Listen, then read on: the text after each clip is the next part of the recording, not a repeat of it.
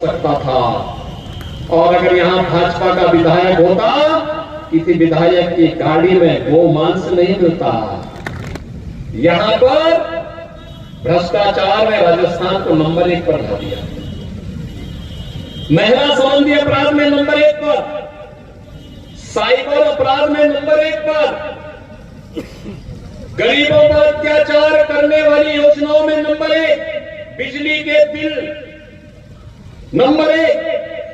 से निवेदन करती हूँ कि आप 21 जिलों की पुष्पमाला से आदरणीय योगी आदित्यनाथ जी का स्वागत अभिनंदन करें और समस्त नगर की सरदारी का राम राम बोले।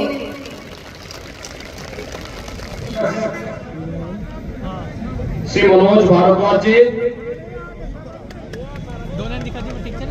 उत्तर प्रदेश सरकार के मंत्री और यहाँ पर सहयोग के लिए आए हुए सरदार बलदेव सिंह ओलख जी। देखो हमारे पास भी एक सरदार है,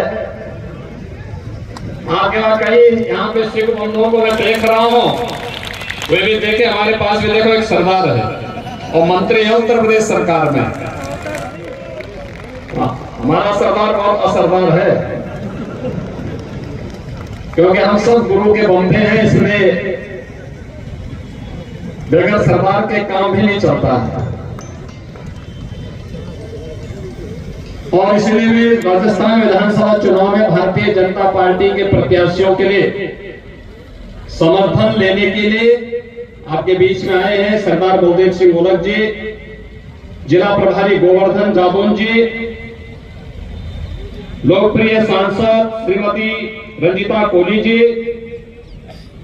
भारतीय जनता पार्टी के लोकप्रिय प्रत्याशी श्री जवाहर सिंह मैडम जी, पूर्व विधायक श्री गोपी सिंह गुर्जर जी, पूर्व विधायक श्रीमती अनीता सिंह गुर्जर जी, विधानसभा प्रभारी श्री सुरेश मीणा जी, विभांशु मोदी जी, सुनील शर्मा जी, यादराम राणा जी, ललित मोहन प्रासर जी, प्रभाती सिंह जी, सुदामा यादव जी, राकेश देवलापाल जी, गोटियारी लाल जाटव जी और भारी संख्या में आज यहां पर उपस्थित भारतीय जनता पार्टी इस भूभाग को और राजस्थान की इस धरा को, जहां पर पृथ्वीराज चौहान, महाराणा प्रताप, महाराज सूरजमल जैसे प्रतापी राजा पैदा हुए, जिन्होंने विदेशी ताकतों को पूरी तरह हिला करके भारत की धरती को सुरक्षित रखने में अपना योगदान दिया। शक्ति और भक्ति की इस धरा को कोटि कोटि नमन करते हुए आप सबका हृदय से अभिनंदन करता हूं। भाइयों बहनों, चुनाव चल रहे हैं। राजस्थान विधानसभा का ये चुनाव 5 वर्ष की वेदना को अब वक्त आ गया है जब बदला लेकर के हम, जिन लोगों ने हमें वेदना दी है हमारी आस्था के साथ खिलवाड़ करके, हमारे विकास में बैरियर लगा करके, हमारे हक पर डकैती डाल करके और सुरक्षा का अविश्वास का वातावरण पैदा किया है, उन सब से बदला देने का अवसर आ गया है।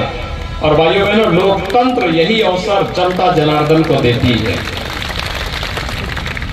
आज जब भारत बदल चुका है, प्रधानमंत्री मोदी जी के नेतृत्व में एक नए भारत का दर्शन देश भी और दुनिया भी कर रही है।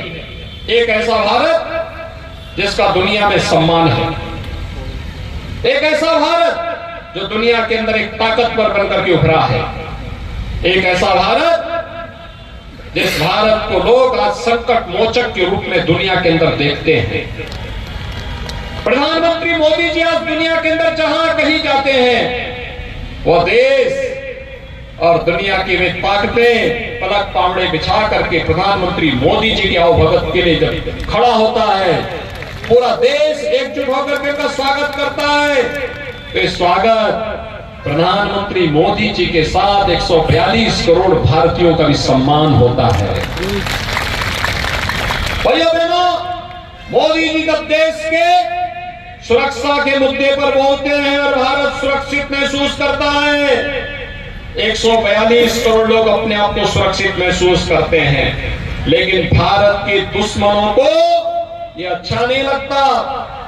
याद करिए, कांग्रेस के समय में रोज घटनाएं घटित होती थी, रोज घटनाएं घटित होती थी, कभी आतंकी घटना, कभी घुसपैठ की घटना, कभी कुछ और की घटना।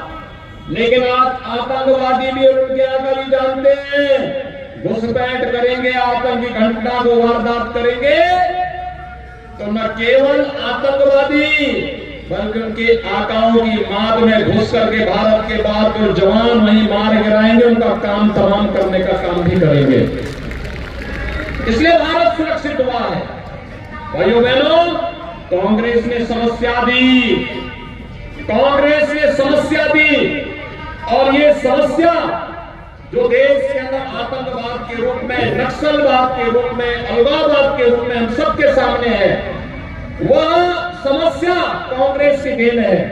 लेकिन भारतीय जनता पार्टी ने मोदी जी के नेतृत्व में इस समस्या का समाधान दिया है। कांग्रेस ने आतंकवाद की समस्या दी, मोदी जी ने धारा 370 समाप्त करके आतंकवाद और उग्रवाद पर हमेशा के लिए ताला लगा दिया है। समाप्त, समस्या का समाधान। कांग्रेस ने नक्सलवाद की समस्या दी, मोदी जी ने उसका समाधान दिया।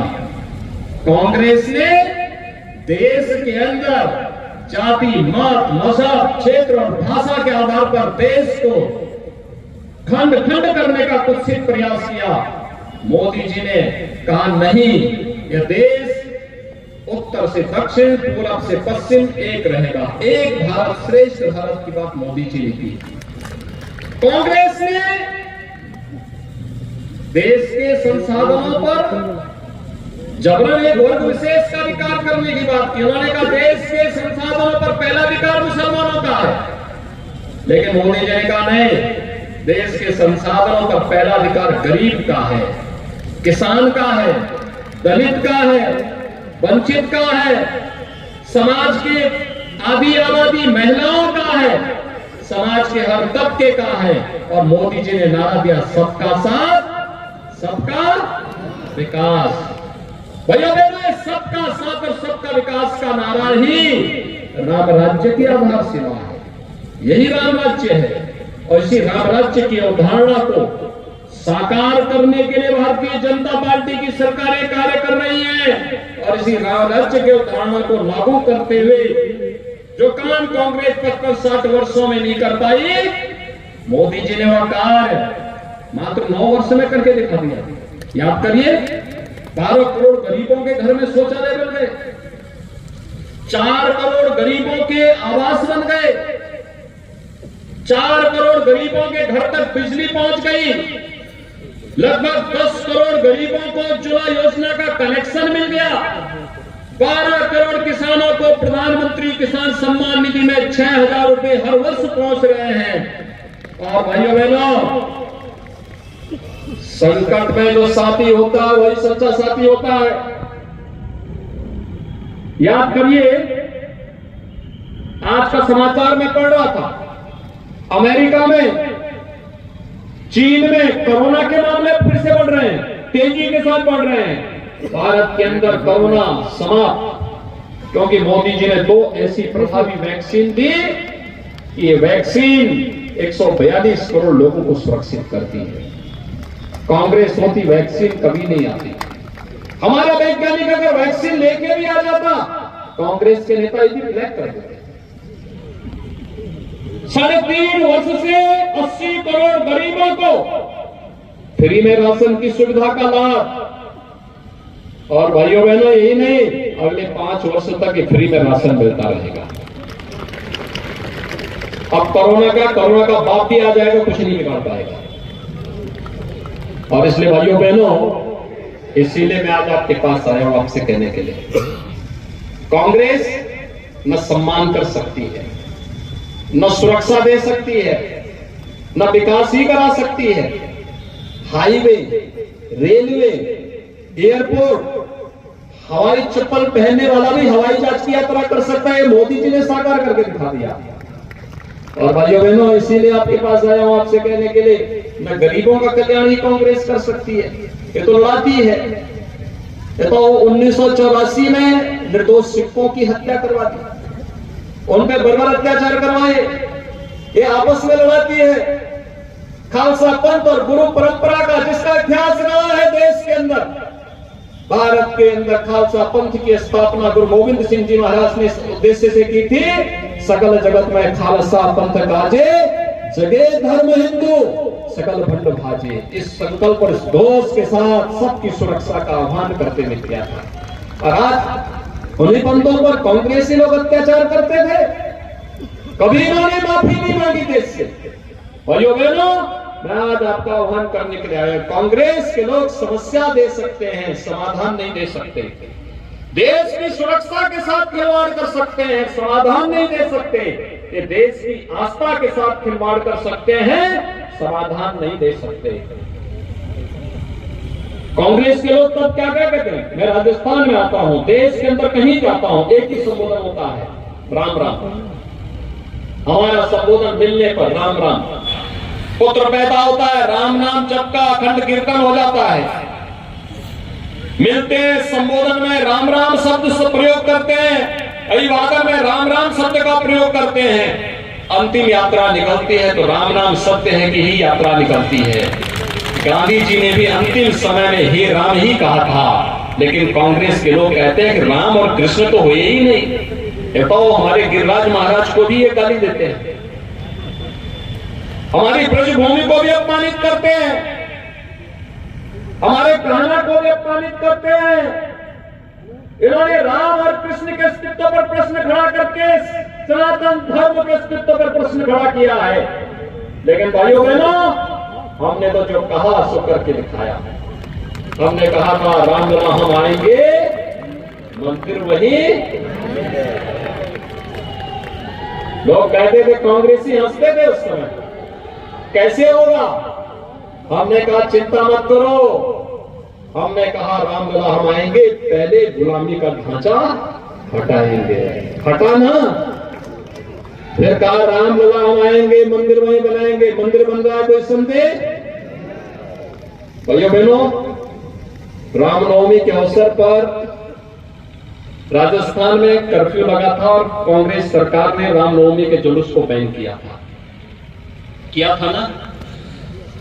भगवान राम का जन्म उत्तर प्रदेश में हुआ।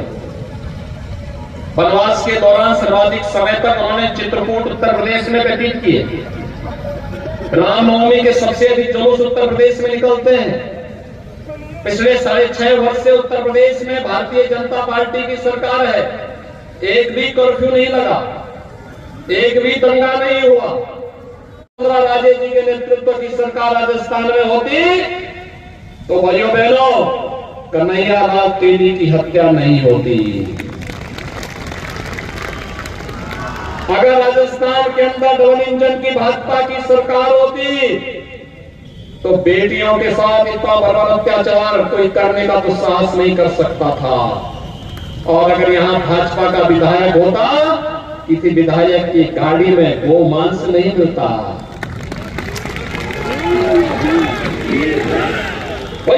कांग्रेस ने 5 साल में यहां पर भ्रष्टाचार में राजस्थान को नंबर 1 पर ला दिया, महिला संबंधी अपराध में नंबर 1 पर, साइबर अपराध में नंबर 1 पर,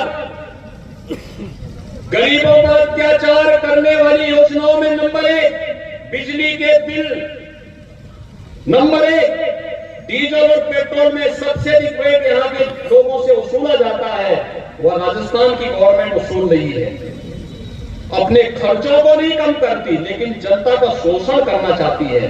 और नौजवानों के भविष्य के लिए सरकारी नौकरी में पेपर लीक की सबसे ज्यादा घटनाएं यहां पर होती है, राजस्थान में हो रही है। तो ये बहनों, विकास में नहीं, सुशासन में नहीं, गरीब कल्याणकारी योजनाओं में नहीं, उद्योग लगाने में नहीं, रोजगार देने में नहीं, लेकिन भ्रष्टाचार में नंबर 1, महिला संबंधी अपराध में नंबर 1, आस्था के साथ खिलवाड़ करने में नंबर 1। और भाइयों बहनों, इसीलिए आज आपके पास आया हूं आपसे कहने के लिए, यहां पे 5 वर्षों में भू माफिया, खनन माफिया, गौ तस्करी के माफिया, पशु माफिया, वन माफिया, ये सब पनपे, संगठित अपराध में करने वाले माफिया पनपे। और इन्हीं माफियाओं के लिए हम लोग उत्तर प्रदेश में नया खोज किए हैं बुलडोजर का, इन्हीं माफियाओं के लिए है, इन्हीं माफियाओं के खिलाफ है जो गरीबों का, व्यापारियों का, कमजोर लोगों का और शरीफ लोगों का हक जबरन छीनने का प्रयास करते हैं। ये उत्तर प्रदेश का अनुसंधान उन्हीं के खिलाफ है, उन्हीं पर कायदे से। जब उत्तर प्रदेश के अंदर बुलडोजर चलता है तो कैसे लगता है? अच्छा लगता है ना। और इसीलिए आपको कहने के लिए आए, डबल इंजन की सरकार लाइए, ये माफियागिरी सब समाप्त हो जाएगी। माफियागिरी का समाधान ही डबल इंजन की सरकार है। और भाइयों बहनों, आज तो आपको कोई संदेह नहीं ना कि अयोध्या में राम मंदिर का निर्माण होने में कोई संदेह, और ये भी संदेह नहीं है ना कि 22 जनवरी 2024 को प्रधानमंत्री मोदी जी के कर कमलों से अयोध्या में रामलला विराजमान होंगे। कोई संदेह? कोई संदेह? अयोध्या में कितने लोग जाने के इच्छुक हैं?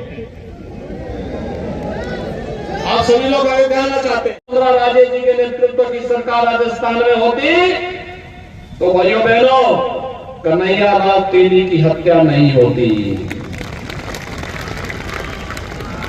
अगर राजस्थान के अंदर डबल इंजन की भाजपा की सरकार होती तो बेटियों के साथ इतना बड़ा अत्याचार कोई करने का तो साहस नहीं कर सकता था। और अगर यहां भाजपा का विधायक होता, किसी विधायक की गाड़ी में वो मांस नहीं मिलता।